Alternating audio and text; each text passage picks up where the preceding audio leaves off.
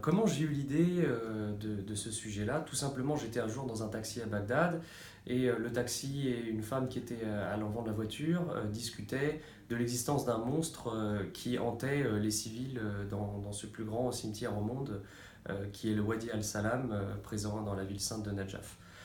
Donc à partir de là, j'étais en reportage à Bagdad pour un autre sujet. J'ai décidé plus tard de rejoindre cette ville et d'aller voir par moi-même et investiguer sur cette histoire que j'avais entendue dans ce taxi-là. Est-ce que c'était une histoire inventée? Est-ce que c'était une légende? Est-ce que c'était voilà, une légende populaire? Pour moi, il fallait vérifier. Donc avec mon collègue Sébastien, on s'est rendu sur place et on a enquêté directement dans le cimetière.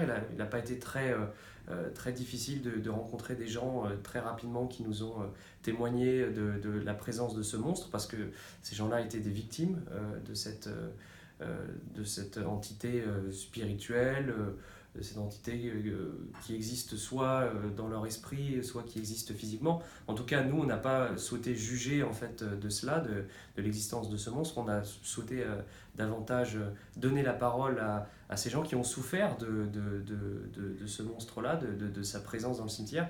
Donc, principalement, le monstre s'attaquait aux fossoyeurs. Donc, c'est vers ces gens-là qu'on s'est tourné vers ces gens-là principalement. Et on leur a donné la parole. Eux nous ont livré leur histoire, leurs blessures. Ils nous ont parlé aussi de leurs problèmes psychiatriques. Et tout de suite, on s'est dit que ce monstre-là était la métaphore de l'hyperviolence de ce pays-là, puisque les fossoyeurs sont les derniers maillons de la chaîne qui font face et qui sont témoins de cette violence en Irak.